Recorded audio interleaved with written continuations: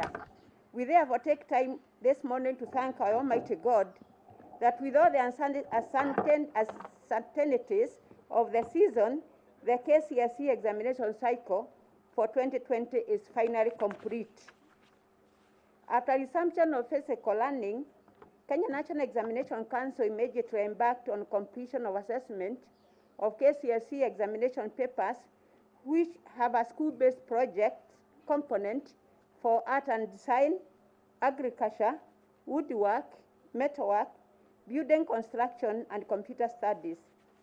The assessment of school-based exams were completed successfully in January 2021.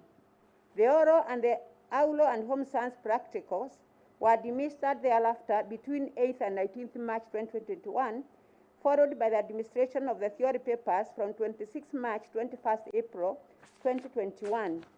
Ladies and gentlemen, the success of field administration and the conduct of 2020 Kcse examinations at school level was supported by a dedicated team of 10,943 supervisors, 42,574 invigilators, 2,634 drivers, 23,226 security officers, 10,438 center managers, among other members of the school community who support the candidates on a day-to-day basis while the examination was in progress.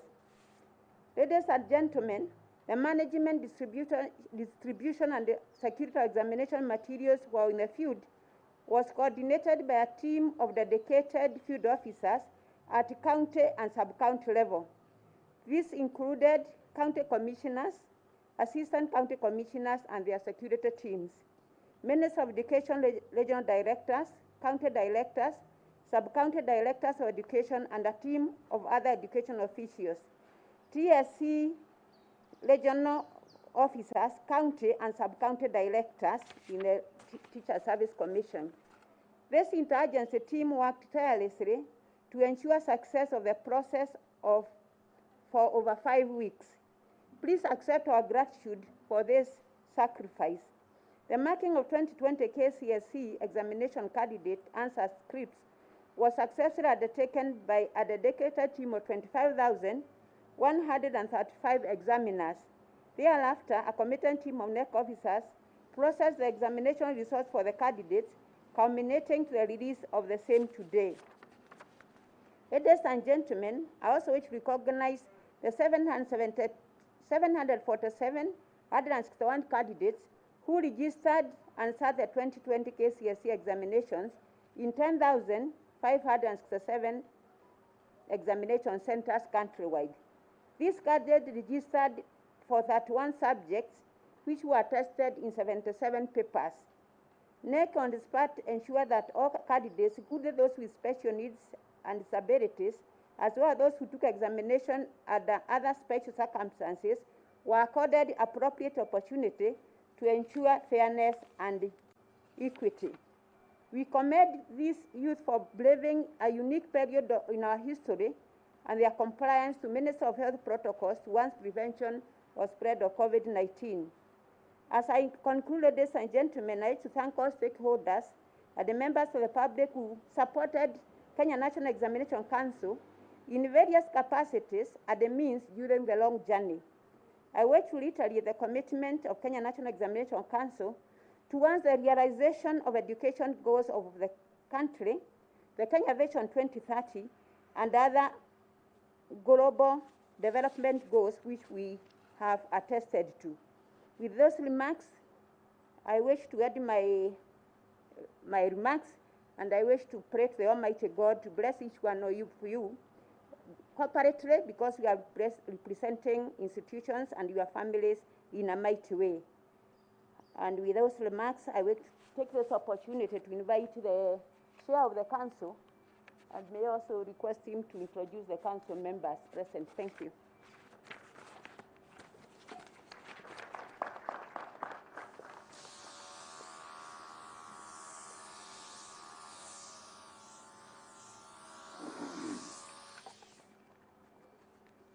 Parliamentary Committee on Education, the Chief Administration Secretary is present, Principal Secretary is present, council members, NEC council members, the TSC CEO, Director KICD, Director General, Ministry of Education, directors present, union representatives present, the media fraternity, staff of the Kenya National Examinations Council, all distinguished guests, ladies and gentlemen, good afternoon.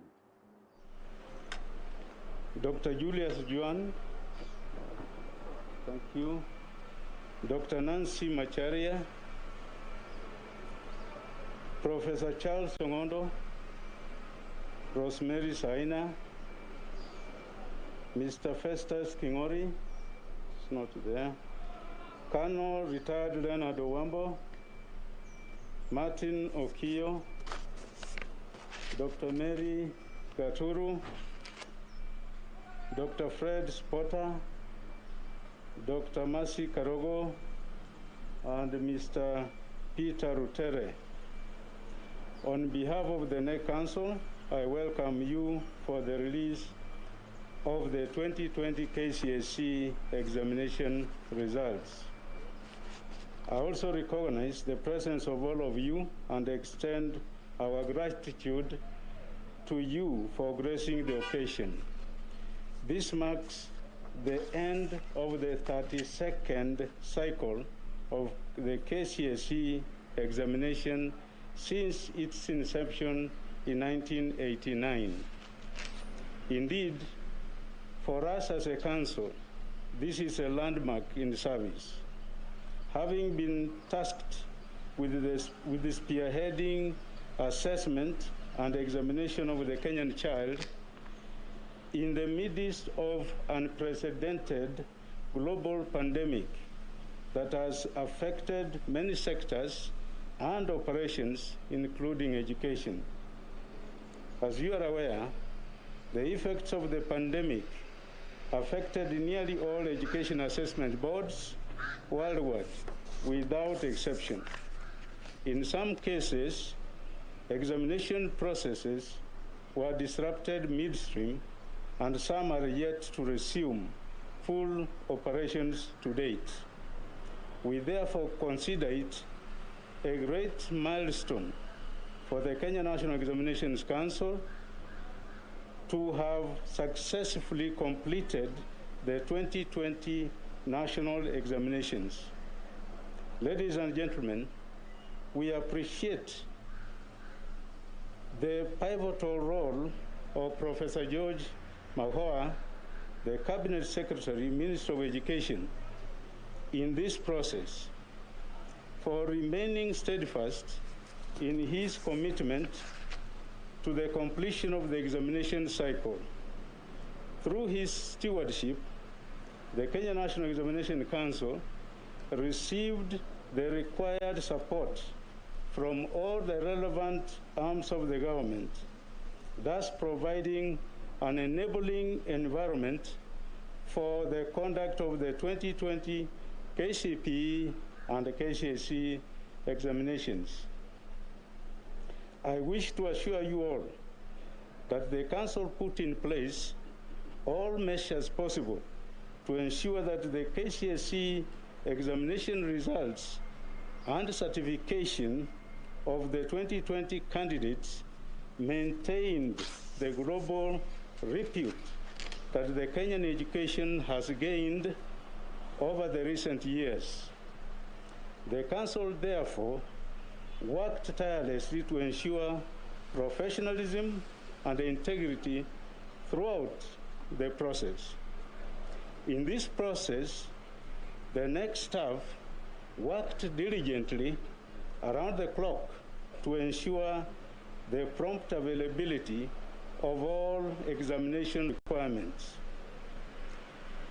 As was the case with many examination boards, field administration of the examination in COVID-19 times was not without unprecedented unique challenges, but the Council navigated successfully. Ladies and gentlemen, this would have not been possible without the support of all of you as responsible stakeholders and process owners.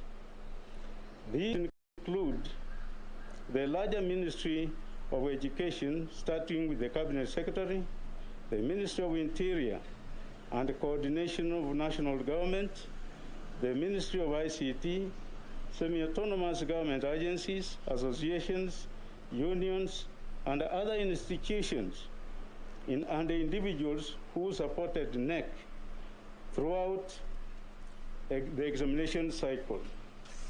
Special recognition goes to the 2020 Kcse examination candidates, their parents, and patriotic members of the public who supported the process by refusing to tolerate examination malpractice by reporting all cases of attempted vice. We as a council wish to urge all law-abiding citizens to fight against all attempts to cheat in examinations, because this not only affects the moral of our future generations, but also growth and development of the country. As I conclude my remarks, I wish to mention that NEC is still on course in rolling out the competency-based assessment in support of the competency-based curriculum at basic education, and envisages to roll out the same at tertiary levels at the appropriate time. With those remarks, I take this opportunity to wish all the 2020 Kcse examination candidates success in their next phase of life, and urge them not to focus more on the grades attained in the examination, but instead focus on the selection of the appropriate pathways that steer them towards their future career growth and development. Thank you. At this point, I would like to hand over to the PS, Dr. Julius Joan, to continue with the program. Dr. Joan, please.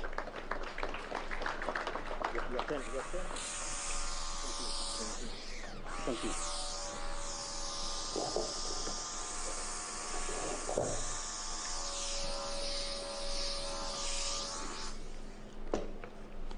Thank you very much, our Cabinet Secretary. Thank you, Chair NEC.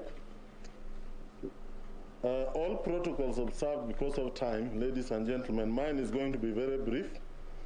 The first one is basically to introduce the senior colleagues who are here, starting with the Chief Administrative Secretaries. We have three of them. Dr. Sarah Ruto, just you can wave.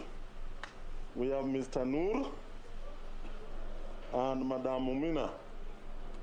Then we have my colleagues, the PSS. We have Ambassador Nabukwesi, Mr. Cheruiyot, and Dr. Mokima.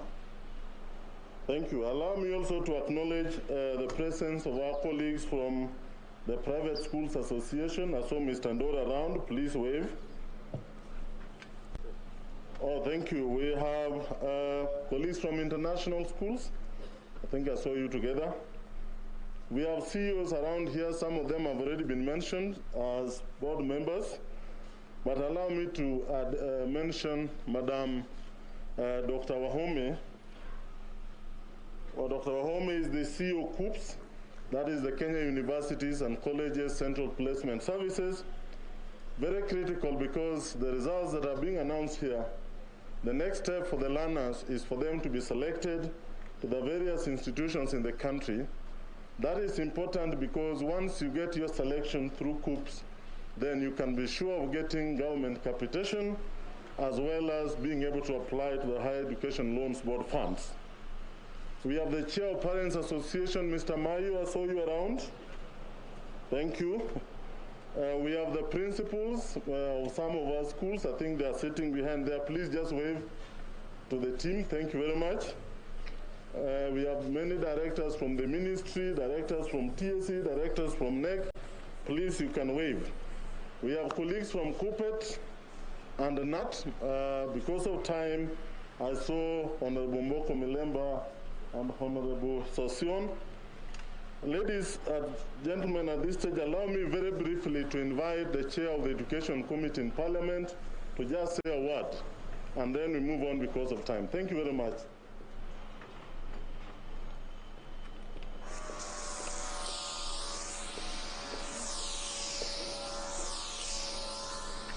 Thank you. CS Magoha, your entire team, in the education fraternity, and all members present. Good afternoon. Let me start by thanking God for life and health. There are so many things happening in this world, but by the grace of God, we are alive and healthy. First, I want to congratulate the teachers and the parents and all the stakeholders for their resilience and hard work during a very difficult time.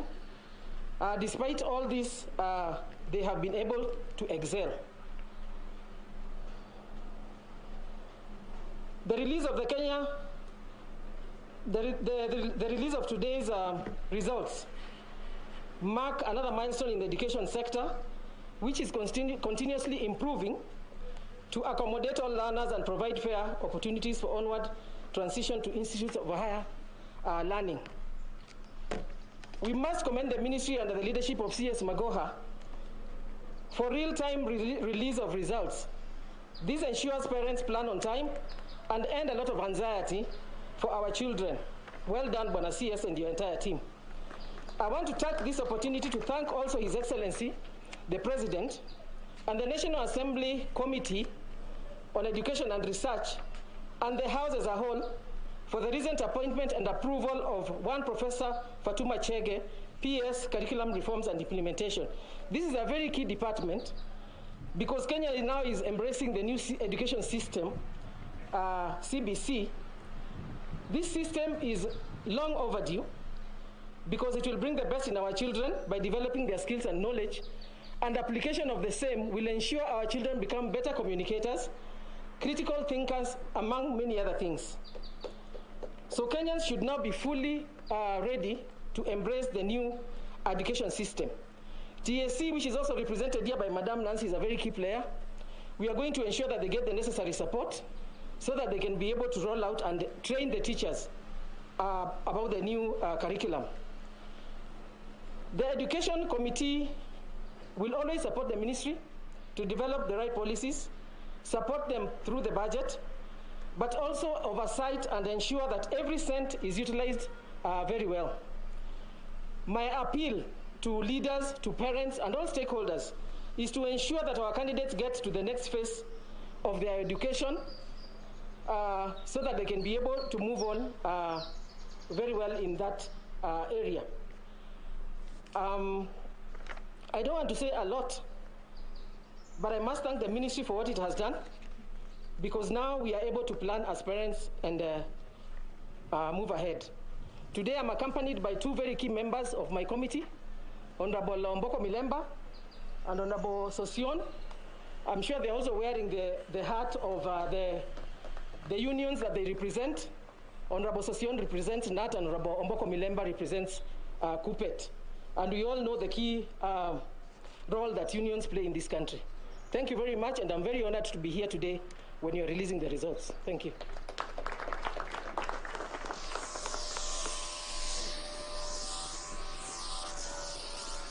Thank you very much, Mheshimiwa. Before I invite the CEO Kcse to make her remarks, I want to mention three things. One is to pay homage to the teachers of this country who gallantly and proudly went to schools when everybody was not sure that we would move on. They did their bit, and what we are doing today is as a result of their great work. Most critically is the fact that we have opened school today, and from what we observed during the COVID pandemic, which is still going on, we realize that our children are safer in school.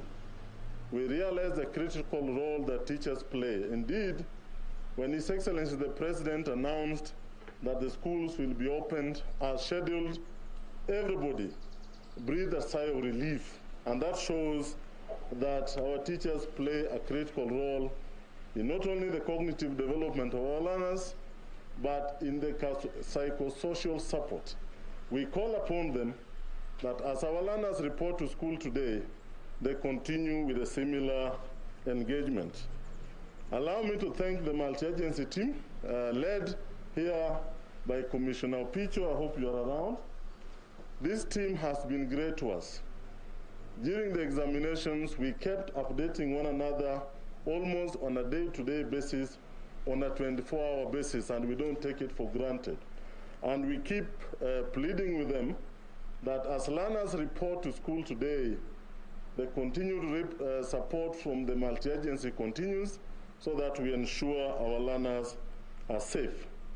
Finally, I want to call on our field officers to ensure that our schools open today, the health and medical protocols are followed to the letter as we did in the previous terms so that schools remain safe.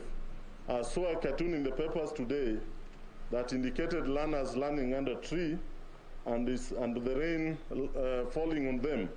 I want to assure the country that in primary schools this term, the grade 4 pupils are still away, which means in many schools we have some extra space where we can keep social distance while learning. The same applies to secondary schools where we don't have Form 4 students for this term, and therefore again they have some space where learners can sit safely, keeping social distance. I also want to plead with the entire country to provide safe passage for learners as they travel to school. In some areas it's raining very heavily. Let us provide safe passage to those who are traveling school to be boarders, those who are day scholars, whether we are matatu conductors, we are border riders, everybody needs to provide passage and support to the learners.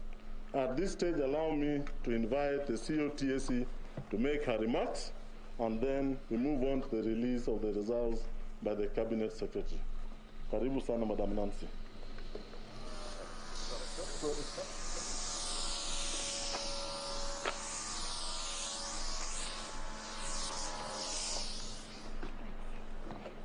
The CS, Professor Magoha, all the CSs present, the PSs, Honorable Florence Mutua, and your colleague members of the Education Committee, Honorable Sosion, Honorable Milemba, NEC Chair, and the Council, and the CEO, Director KICD, senior officers from TSC and the Minister of Education, principals of secondary schools present, representatives of unions present, members of the Fourth Estate, ladies and gentlemen. Let me start by saying that I'm extremely pleased to see us gathered here today to celebrate yet another successful delivery of the Kcse examination. Given the most difficult circumstances under which this examination was delivered, I wish to thank all teachers who are involved in administering and marking this important exam. As a commission, we honor and celebrate our wonderful teachers for a job well done.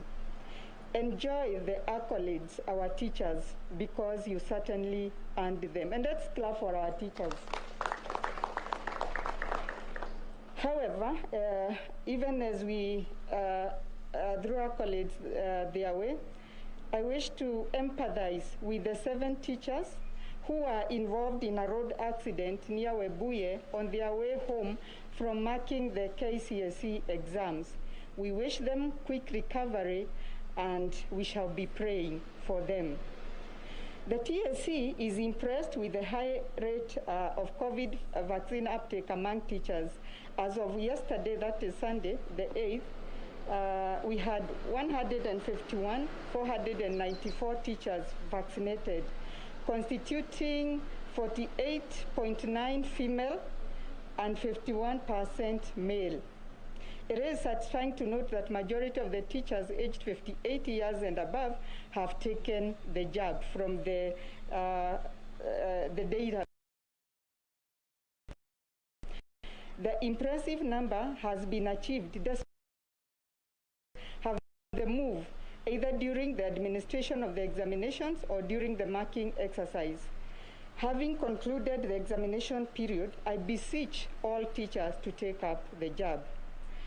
And as we announced when we were releasing the KCPE, His Excellency the President granted all teachers an opportunity to get the vaccination regardless of age.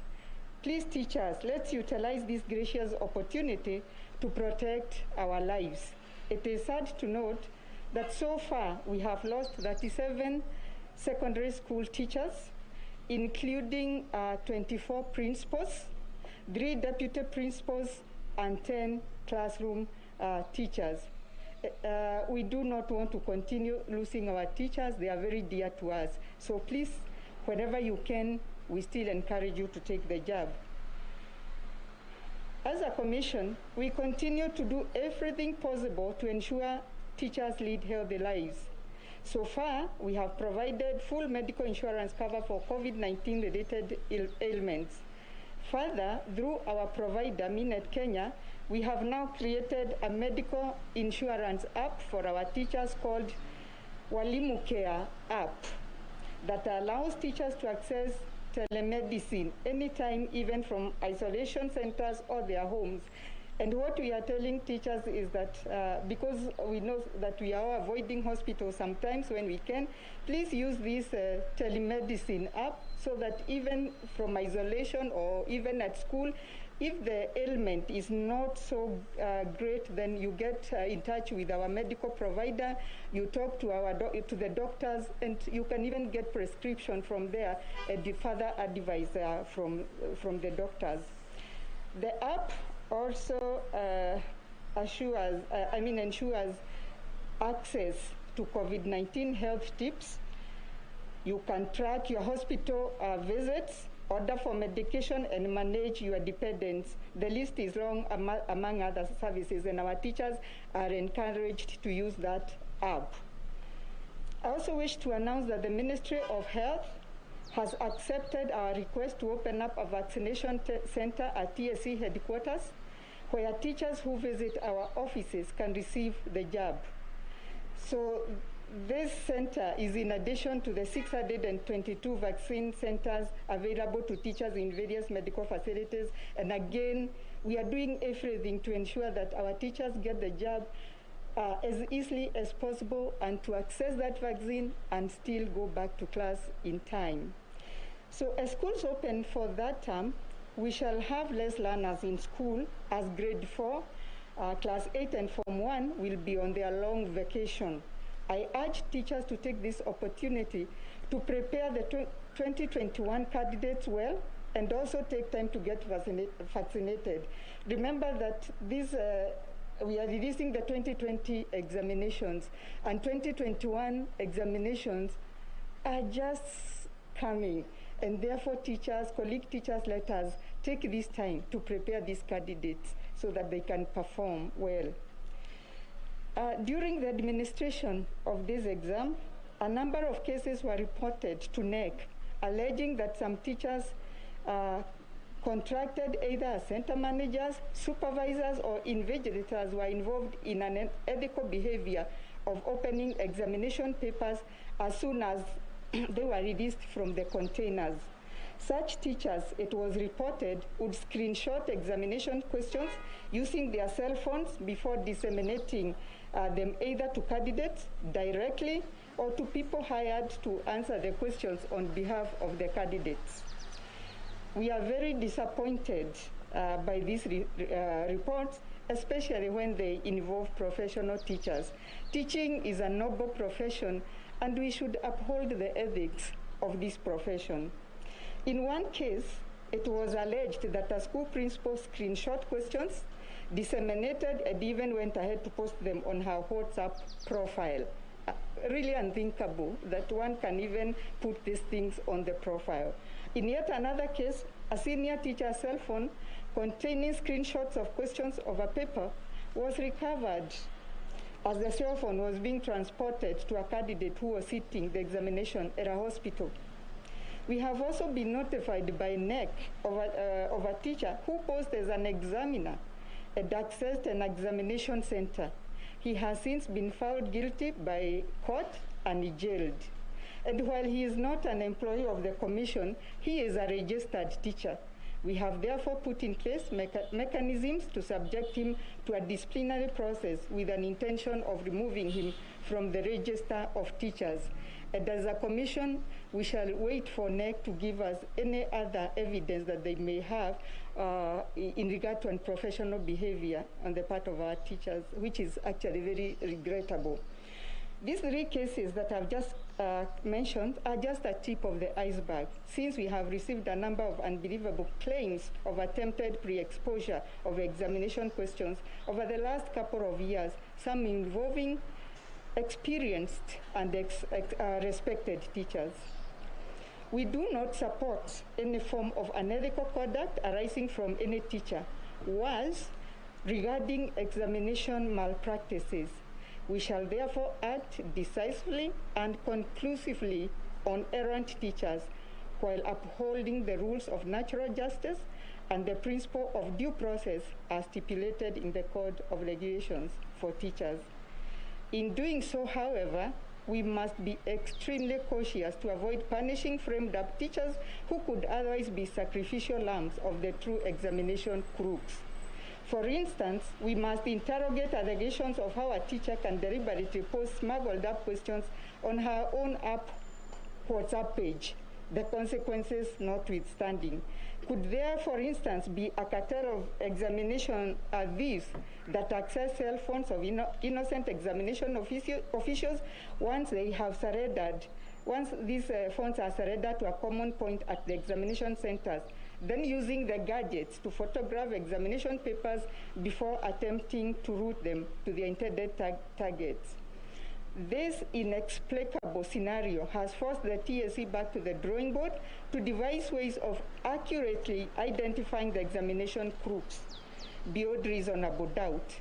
After initial consultations within and outside of the commission, we have resolved to devise a waterproof system that will help us to accurately detect, identify, and apprehend perpetrators of examinations fraud while protecting innocent teachers whose gadgets may be misused. We think this will be possible if investigators can examine and conduct a forensic analysis of fingerprints of the people who tamper with examination materials right from when they are released from the containers. To this end, we have resolved to launch a transparent process of biometric enrollment and validation of teachers in all public schools. This will entail enlisting their fingerprints, which can then allow for forensic and intelligence-led investigations in cases where examination papers are tampered with and where cell phones and other gadgets are used to commit examination malpractices. The use of biometric validation will assist in vindicating innocent teachers from being blamed for offenses they did not commit. We are at the tail end of finalizing our consultations with the Office of the Data Commissioner on the rollout of the biometric capture of all teachers.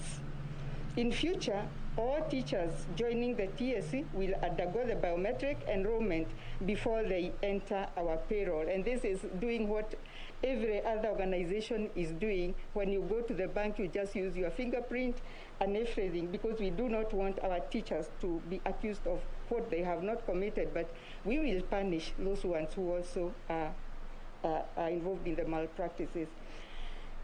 In conclusion, I want to say that, as always, the TSC will reward those teachers that NEC will give names who have performed exemplary well and improved in their performance, and we shall recognize them. But let me conclude my remarks now by thanking the multi-agency team that is behind the success that we are celebrating today. I can't forget our foot soldiers in the process, field officers of the Ministry of Education, TSC, and the security personnel under the Ministry of Interior.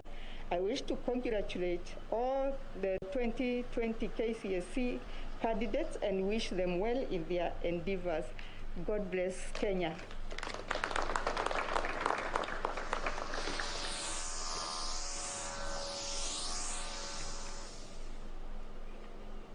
Thank you very much, Madam Nancy. Ladies and gentlemen, I think this is the hour we have been waiting for. It is therefore my humble privilege to invite the CS Minister of Education, Professor George Magoha, to come and make his remarks and release the 2020 Kcse exam results. Karibu sana waziri.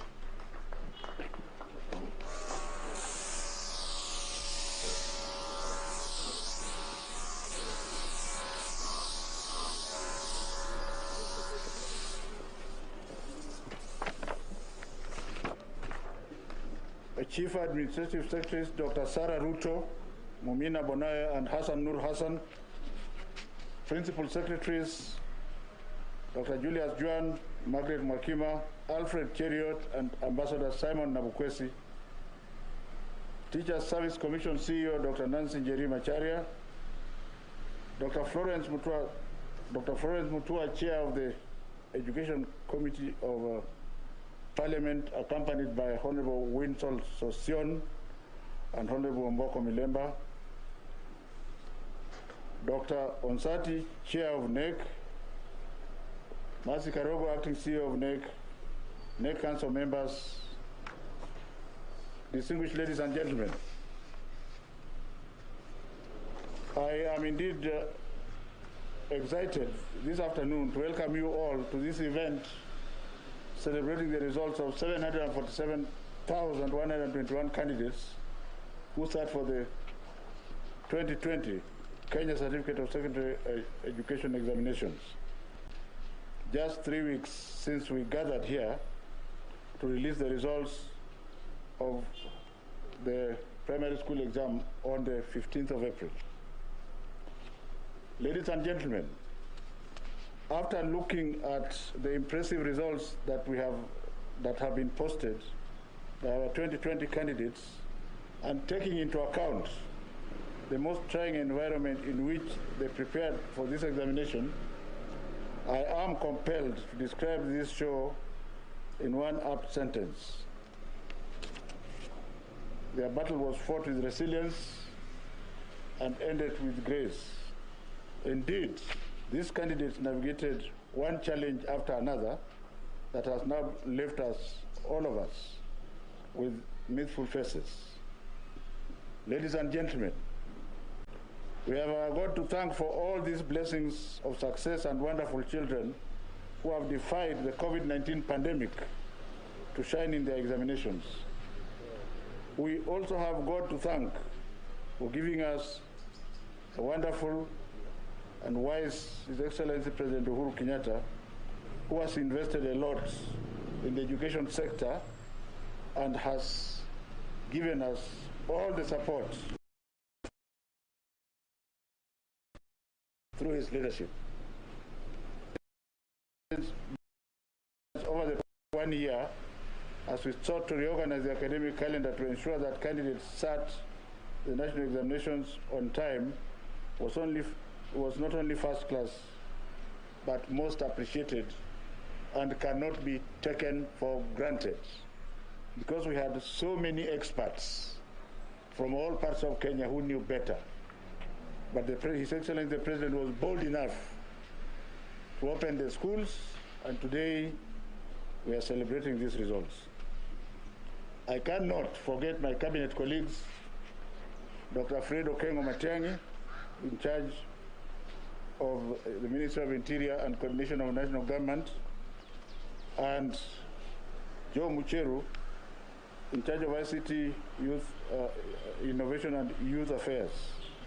The three of us have effectively coordinated a multi-agency examination monitoring team that has, over the last 5 years, run a credible examination system, which is result-based.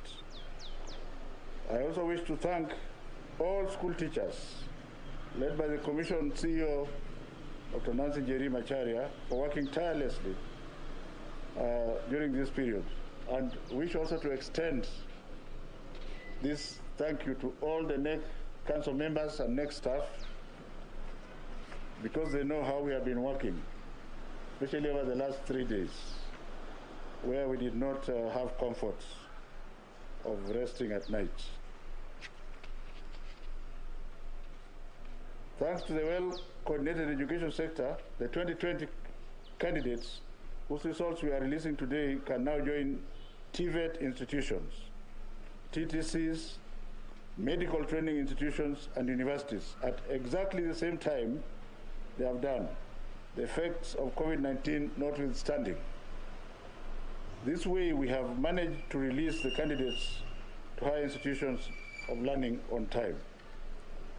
I assure all the Kcse candidates who will receive their results today that they all have a better future, one full of hope and shorn of despair.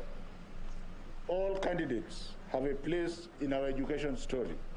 I want to repeat that all candidates have a place in our education story.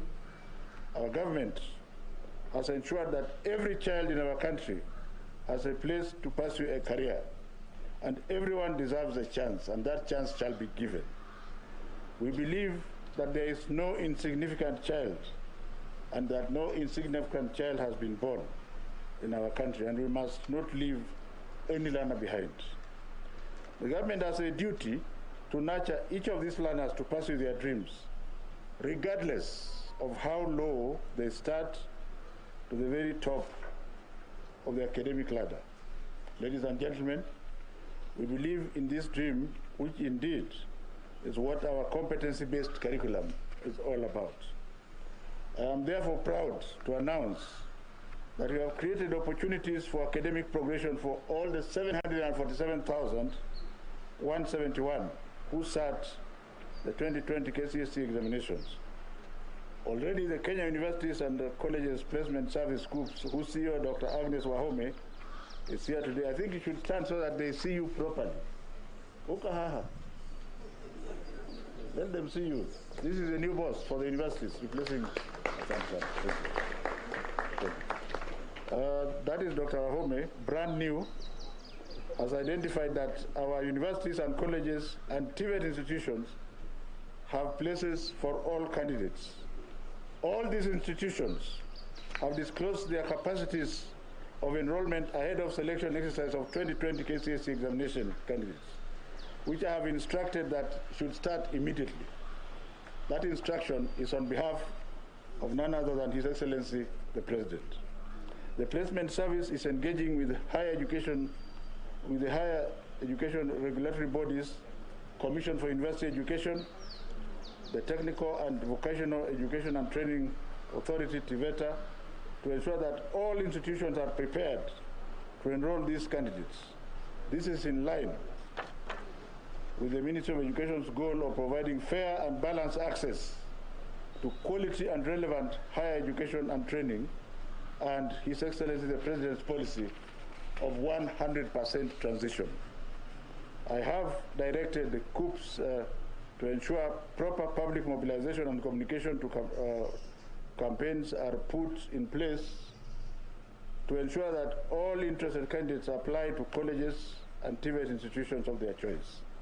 As you are aware, the government of the Republic of Kenya will pay for these children, and they will also be available to get help loans. I therefore wish to declare that all candidates who have sat these 2020 examinations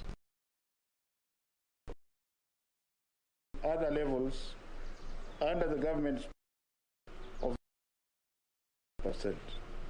This explains why the government of His Excellency Uhuru Kenyatta has spent enormous resources to expand the TVET sector. Let me also re-emphasize that the government has been paying for our children in private universities the same amount that they pay to public universities. And because we want every child to have access, this is going to continue. For instance, the number of TTIs in each constituency has grown from 52 in 2013 to 233 in 2021. Out of the 233 TTIs, 52 are fully operational, 140 have been built, equipped, staffed, and operationalized. 4 of them catering specifically for children with disabilities, and 41 are undergoing construction, and I hope that by the grace and mercy of God, Mwakima, you are here. This is one of the things that you must finish so that they are operationalized this year. In bid to make up for the time that was lost during the prolonged closure last year, we deliberately created a tight academic calendar that enables us to accelerate completion of school terms.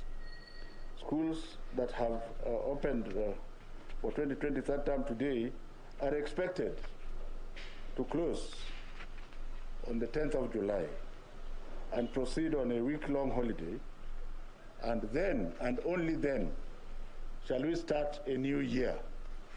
That new year, ladies and gentlemen, entails the rollout of CBC Grade 5. And for the avoidance of doubt, we shall all roll out Grade 5 together, whether you are in private school or public school. Like I said the other time, there's only one government. Upshot of this accelerated calendar will be that we'll have 5 examinations this year. The 2021 KCPE and Kcse will be held in March 2022. So the members of the media should stop labeling the examination we are releasing as 2021. That examination is being set now. The one that is being released is 2020. So even as you go ahead and discuss this, it is for the year which has not ended, which is 2020, which will end in July. In December 2022, we will administer another examination. Hopefully I will not be there, but we shall have planned for everything, that whoever is going to take over from us should have a seamless effort.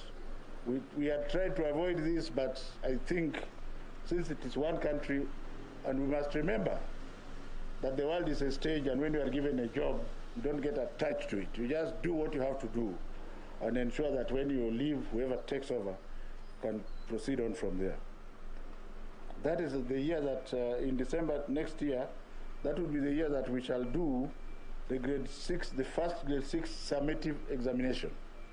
As we are aware, His Excellency the President has sworn in a permanent secretary specifically to midwife the competency-based curriculum changes, the CBC, which basically means that this will be done without any problem. We are therefore about to come face to face with the historic examination system next year, which means that we must start preparing for the 5 examinations. I therefore wish to urge all our stakeholders, and especially those in the unions, to very kindly work with us as they have done so in the past, and the multi-agency team on the examination to tighten their belts and to prepare to confront the 5 impending examinations. Yet, I know rising up to such challenges is the team's stock in trade, and therefore it shall be done. The government, through the Ministry of Education, has opened the door to applications for the government's 9,000 odd scholarships under the Elimu Scholarship Program. This program started in 2019 and was originally meant for 110 sub-counties. But again, through the wisdom of His Excellency the President, we expanded it to children in urban slums and informal settlements. And I have since then learned that the greatest number of poor children in this country reside in those areas. The application is ongoing. I would like to encourage everybody who feels it should be considered to apply. We are being assisted here by Dr. James Mwangi, who has a track-proven record of administering such scholarships. The value is 2.5 billion for another 9,000, and we are hoping that 30% of this will go to urban slum children and children in informal settlements. During the 2020 Kcse examination, 747,161 candidates sat for the examination compared to 697 222 of the previous year. This represented an increase of 6.6%, equivalent to 49,939 candidates. Of the 7,167 candidates who sat for the 2020 examinations, 380,327 were male, while 366,834 were female, representing 50.90 and 49.10. That is gender parity as far as I am concerned. And we wish to thank the government of His Excellency President Kenyatta for achieving gender parity, because we have had continuously more and more girls coming to sit for examinations. As a matter of fact, in 15 counties, more females enrolled than males. And the 15 counties are Taita Taveta, Kwale, Nyandarua, Nyeri, Kirinyaga, Murang'a, Kiambu, Machakos, Kitui, Nandi, Meru, Elgeyo Marakwet, Kakamega, Vihiga, and Kisumu. The counties with a high gender disparity in favor of the male include Mandera, Wajir, Garissa, Turkana, and Homa Bay. When I looked at these figures very closely, except for Homa Bay, there was almost 1-to-2 disparity. And therefore, I'm going to instruct the field officers in these counties to find out what is happening to the girls there. Are they marrying them too early and covering up under culture? And if that is so, we must bust it and make sure the girls go to school. Marriage can wait at least for another 4 years. I have also asked the Director of Quality Assurance, Dr. Stand so that they see, because people keep asking quality assurance. This is the Director of Quality Assurance.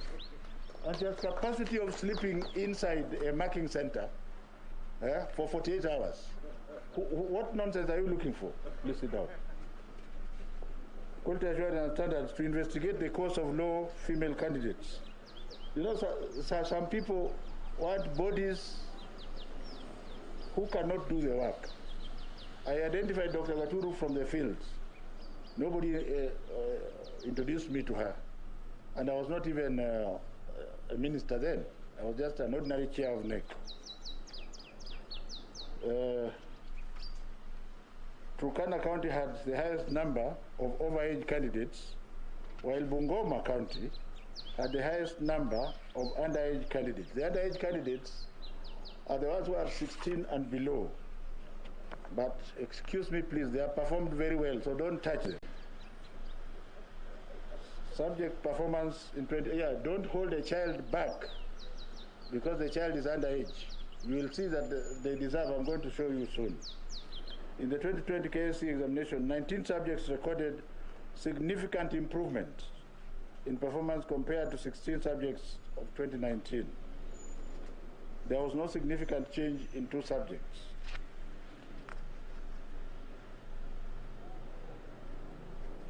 There were 893 A-planes. There were 893 candidates who scored A-planes, which is 0.1%,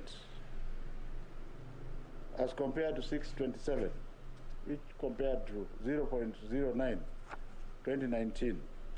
This is one of the clearest indicators, ladies and gentlemen, that the candidates have performed at par, if not better, compared to 2019, despite the negative effects of COVID-19. Ladies and gentlemen, the number of candidates with minimum university entry qualification, which is grade C+ and above, rose to 143,140, representing 19.03%, compared to 125,747, representing 18% in 2019. The message here is this: all the remaining candidates are eligible to join TVET institutions, teacher training centers, medical training colleges, and other tertiary learning institutions at various levels, from artisan to degree level.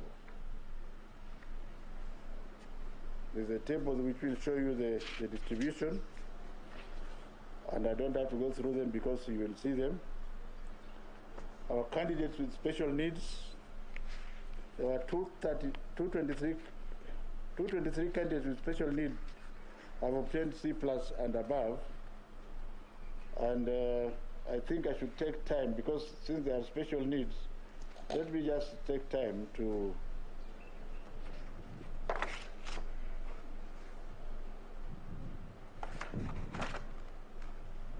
this is an improvement as compared to the 127 of last year, which was 7.6%.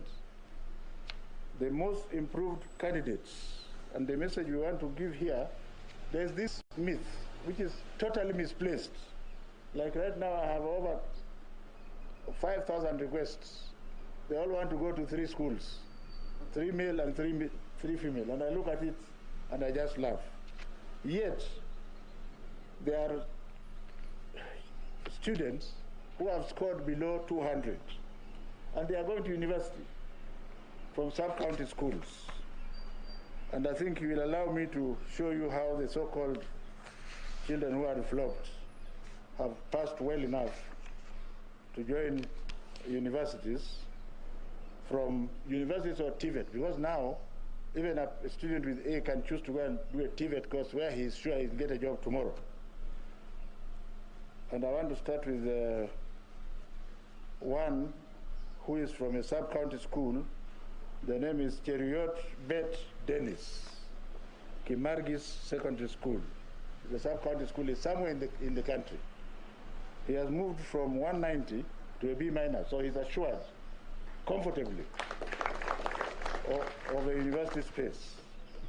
The next one is Maluti Tom Miti from ordinary 199, and he's got a B- also from St. Teresa's Secondary School in Bikeke, the sub-county school.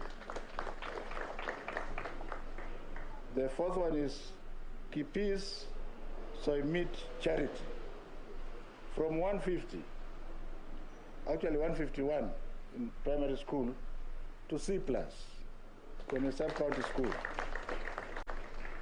The fourth one is Sadera Sempeyo Shalvin from Kcse Secondary School, 168 to a B-. The other hero or heroine is Kamar Abdullahi Jamale, 163 from Habaswein Mixed Secondary School, Habaswein Mixed Day Secondary School. It's a sub-county school. The other sub-county school is Sololo Pamari Joseph, Kcse Secondary School, is a sub-county. Then there are 1 or 2 extra-county schools where we have Hassan Abdullahi Osman, Wayam Secondary School is an extra-county school. And the message here, ladies and gentlemen, is very clear.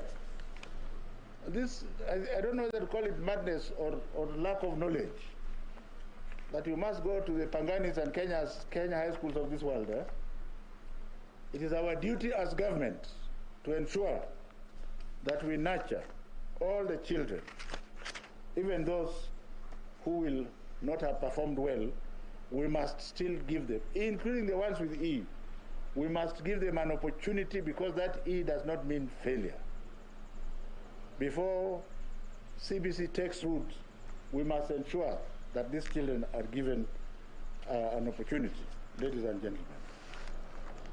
Now, the most improved schools based on the mean Kcse grades, and here we have been open to identify the most improved schools. In the same spirit, ladies and gentlemen, of illustrating schools that can add value to students, I now name schools that admitted students with KCPE mean scores that did a commendable job in improving them. And they include extra-county, county and sub-county schools. The first one is Kayaga Girls School, somewhere in Meru, which is an extra-county school, which improved the KCPE index of 22.38 to 73.98 this year. St. Joseph's Girls Kitale improved from 21.22 to 71.57. Kcse Secondary School, and incidentally, this is the school I want to take that child who was abandoned. I will personally go and look for him and admit him there and get him a scholarship. This Kcse Secondary School has improved from 20.48 to 68.26. ORENGO Boys is an extra-county school with which I'm very familiar, and they have improved from 31.07 to 78.72. And I could go on and on, ladies and gentlemen. Let me just continue. Rio Kindo is a school that I have visited. KCP index of 18.87 up to 65. St. Joseph's Rapogi, which is near Dr. Juan's house, is an extra-county school from 31.112 to 77.78. And the first private, Light Academy, from 30.15 to 76.74. Sai Mixed Secondary School, which is a sub-county school, I'll just mention two sub-county schools and stop there, from 26.9 to 70, and Wiobiero Secondary School. I suspect that's also near Juan's house, 28 to 70. And finally, Chuka Boys, extra county, from 23 to 69. I could continue, but I think, ladies and gentlemen, you can see where we appreciate those schools. A lesson from this radical positive KCP improvement recorded by candidates with low academic achievement at KCP level is that the government's 100% transition, which is now in its third year, has allowed all candidates to progress to secondary school, and you can see is becoming a major palpable game changer. You are no longer safe hoping that, oh, if you are in Kcse, therefore you are not going to go to any university. That is where the river used to be before. So we are taking the river back to its course. And I think God should be praised for this. If we can sustain this policy over the years, then we stand a chance of saving many academic lives of poor children who otherwise would have been lost because of corruption and what have you. Now, I'm sure this is what we are waiting for. The top candidate this year is from Muranga High School. The index is 87.334. We thank God he's a male. The name is Simiyu Robinson Wanjala.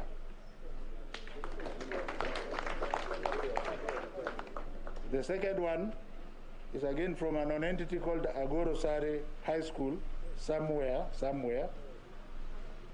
The mean is 87.173. The name is Wasonga Alan Udoma. The third one now follows the normal tradition. Sharon Chepngeno Terer, female, 87.173, the Kenya High School. You can see even you are clapping more. The fourth one, I will read all the 15. Moriasi Rob Ongare, 87.139, Alliance High School. The fifth one, Mbogwa Esther Washosho, 87.113, the Kenya High School. The sixth one, Kipkoech Mark Kogo, 87.106, Alliance High School. The seventh one, Kenneth Oranga, 87.049, Kapsabet Boys. The eighth one is Henry Madaga, 87.046, Maranda High School. The ninth one, Chepkorir Patience, 87.046, Kenya High School. Number 10, Musomba Edith Kitei, 87.013, Machakos Girls High School. That is the genuine one, huh? The 11th one, Leslie Lois Wanjiku, the Kenya High School. Number 12, Pylron George, 86.970, Kapsabet Boys. Number 13, Kibrono Howard, Maranda High School. Number 14, Jelimo Debra, 86.947, Kenya High School. And number 15 and last, Buluma Daisy Nerima, 86.938, the Kenya High School. Ladies and gentlemen, the under-16s, these are the special ones who are 16 years and below. The first one is Musomba. So this Musomba, who is on the top 15, is actually under 16 from Machakos Girls. It should be clapped for properly. Makanda Nicole Pialson from Alliance High School is also here, 86.7. The third one is Mutabari Frank Mogambi, Kapsabet Boys. The fourth one is Kipto Gertrude Jeruto, St. Joseph's Chepterit. Fifth one is Kiplangat Gerald, 85.7 from Alliance High School. The sixth one is Craig Onyancha Moturi, 85.6, Mangu High School. You see why I was telling you not to touch these children. The seventh one is Kimunye Dennis Washira, Alliance High School, 85.6. The eighth one is Bill Clinton Jefferson. Wow. And he is from Maranda, so he must be coming from around that area. The ninth one is Isaboke Janet Kemunto, Asumbi Girls, 84.9. The 10th one, Moturi Zeth Ongubo, 84.9. Kagumo High School. For those of you who don't know Kagumo, we are returning back to the river. That's where the brains are. The 11th one is Gateru Sophia Wamboi, Siakago Girls High School, 84.8. 12th, Kitimbo Kefa Kato, Oloitoktok Secondary School, Namungu Asifiwe. Number 13, Rono Sharon Chepkogei, 84.6, Moi Girls Eldoret. 14, Jaden Angela, 84.6, Alliance Girls. And 15 and last, Monda Daniel, Mangu High School. So age is just but a number. That's why you still see me very active. Overall special needs candidates, again, the top special needs person is Kikemoi Miriam Chepleting, 84.8, and A, Moi Girls High School, Eldoret. Getugi Edgar Omoke, 83.566, the score of an A-plane, Kcse High School. Nabat Nyariki Ongubo, 81.4, Nyambaria High School, somewhere in, Nyambaria is in Nyamira. Victor Kiplangat, 80.3, A-, M-Pesa Foundation. Give them a big clap. Warwinge Prudence Nyambura, 80.3, St. Anne Secondary School, Lioki. Onyango David Omondi, Maranda High School, 80.3. These are special needs children. You should be clapping for them. If you saw them, how they suffer to do exams, they are not like normal people. Well, they are able differently, isn't it? Kialo Francis Mutune, 80.3, Makweni Boys. That's better. We know version Chianda High School, somewhere. A-, 80.2. Mwangi Jabes Mwanja, Muranga High School, once again, 80.6, A-. Nganga Wycliffe Ndiki, 80.162, Aquinas High School. Ominde Moses John, 80.1, A-, Maranda High School. Zomo Gloria, 79.3, Moi Girls, Nairobi, A-. 13, don't worry, these are the heroines. I must treat them all, and you have to wait. Mwangi Caroline Wanjugu, 78.18, Mahiga Girls. Number 14, Kebira Nyakoi Zakaria, 78.019, Friends Kamusinga. That is another school, water is coming back to its level. It's a good school that was submerged by corruption. Museti Stanley, this is the last one. SA High School for the Blind, A-, 77. Ladies and gentlemen, I'll say something about irregularities. Because of the benefactor and wisdom of His Excellency the President, this year we have not cancelled results from any school, but we discussed with him this morning.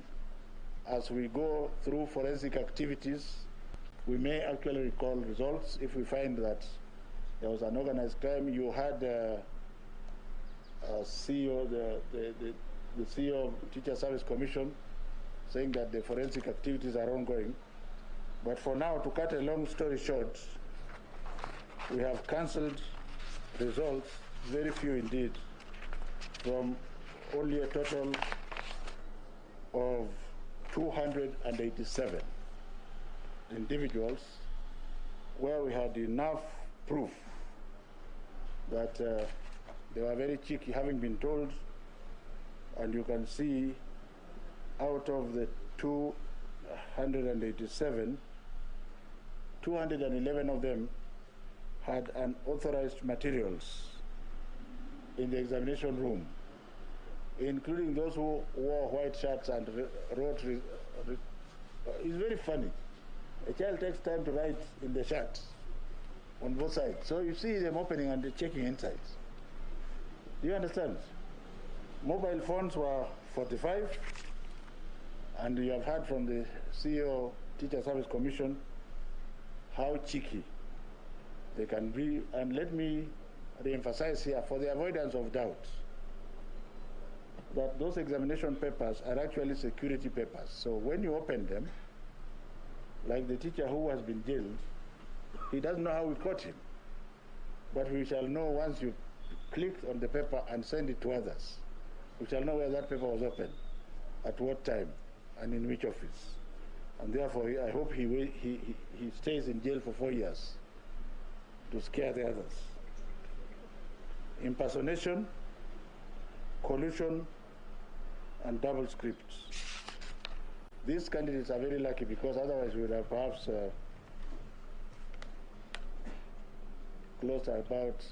cancelled about exams from about 20 other schools.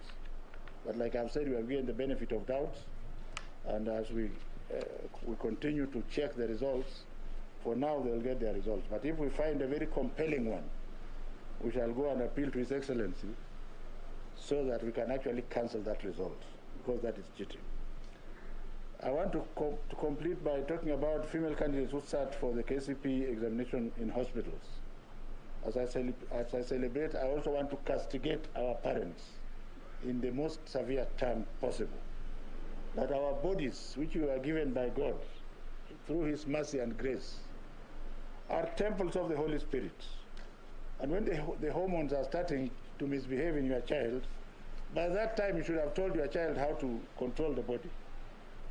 In any case, total of a staggering 652 female candidates sat for Kcse examination in hospitals after delivery.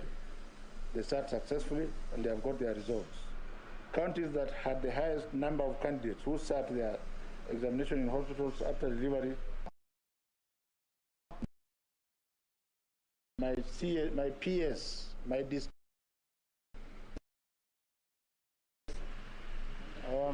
charging you to help me, since we are working together, that at 43, we would want to find out what is happening at that level.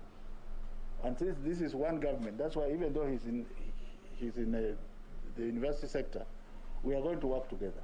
I will also get involved there. We must get to the root cause, Dr. Baturu. Why? Who is it that is hoodwinking our children? Can we persuade the parents to work with us so that you tell the child what to expect and not to spare the rod in the house, not in the school. The moment I say in the school, they will kill me. In the house, unaweza chuna masikio, hakuna mtu ataona. The next county is Meru with 38, Nakuru with 36, Kcse, where the chair of NEC currently comes from. One on that. You have other duties to do. And Nandi, Cheriot. Even though you are from Kericho, it's near there. We may need your action.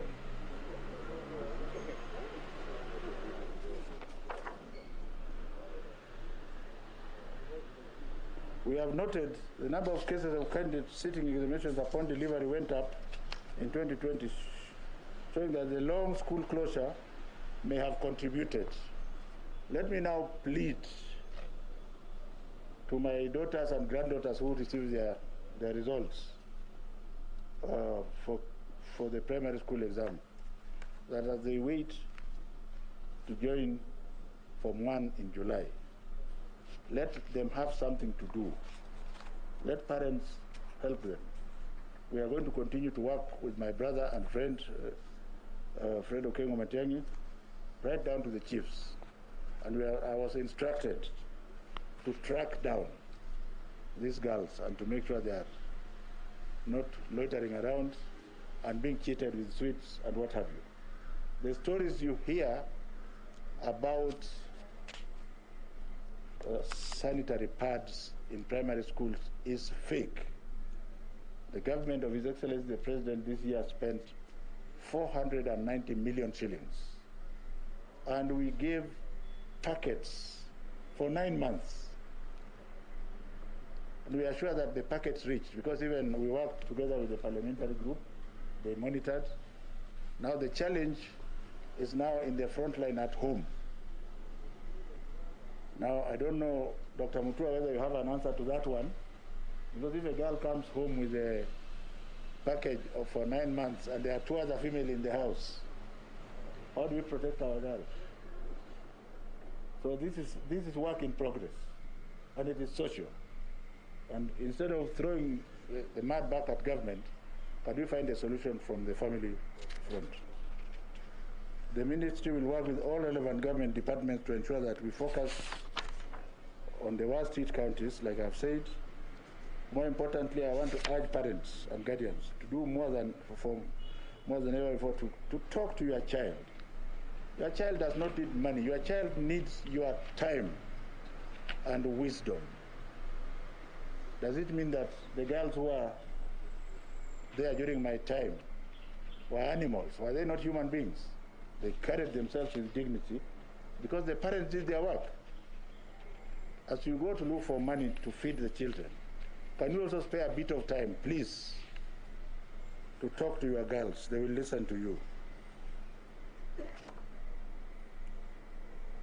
Now, in order to access your results, ladies and gentlemen, candidates should therefore collect their results from their respective examination centers. Individual candidates can also access by sending candidate's index number followed by initial Kcse through short messages SMS to 20076. This service will be available immediately after this event. It is now my humble duty and privilege to declare the Kcse examination results officially released. I wish all candidates success in their future endeavors, and if by the grace of God I am here for the next examination, it will be through grace and mercy of God, because we must take life easy. those who have died of COVID are not greater than myself. Are much greater than myself. And if we are able to see tomorrow, and we continue in this capacity, it can only be through the grace of God. So, in the event that I'm still here, we shall continue. If I'm not here, the grace must still go to God for his most infinite mercies. Now, where is the...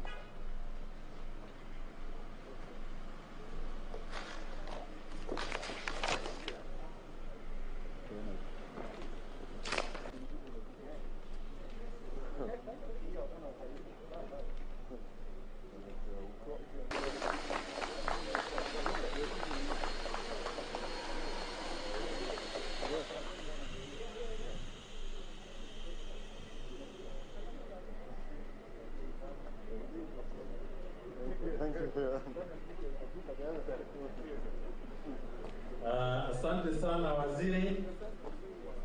I now take this opportunity to ask Madam Imelda Baraza to move a vote of thanks. Madam Imelda. Thank you very much, our Master of Ceremony, our Honorable CS, our most valued invited guests, ladies and gentlemen. It is now my humble pleasure to have been asked to propose a vote of thanks on this occasion of releasing the 2020 Kcse results. On behalf of the Kenya National Examinations Council and the entire fraternity of education stakeholders gathered here today, I would like to pass a vote of thanks to all speakers and guests for gracing this occasion. A big thank you to our chief guest, Professor George Magoha, our Cabinet Secretary, Minister of Education, for gracing today's function. Thank you, sir, for the firm and steadfast leadership. And through your remarks, we have learned that we have to take the river back to its course. Ladies and gentlemen, you'll agree with me that our CS has an indomitable spirit. Can we give him some rounds of applause? Allow me to mention our deep sense of appreciation for the CEO Teacher Service Commission, Dr. Nancy Macharia, for having spoken with passion about the commitment to service and selflessness of the teaching fraternity. Ladies and gentlemen, we appreciate that she has taken a transformative agenda for the Teacher Service Commission, and I'm sure as NEC, we're also going to benefit a lot from the biometric registration that will be undertaken for all the teachers. Another round of applause for her. We appreciate the fact that Right, there you have it, the release of 2020 Kenya Certificate of Secondary Education Examination, and the results were announced by Education Cabinet Secretary Professor George Magoha. The top candidate, Simiyu Wanjala Robinson from Moranga High School, Wesonga Alan Odoma came in the second position, and the top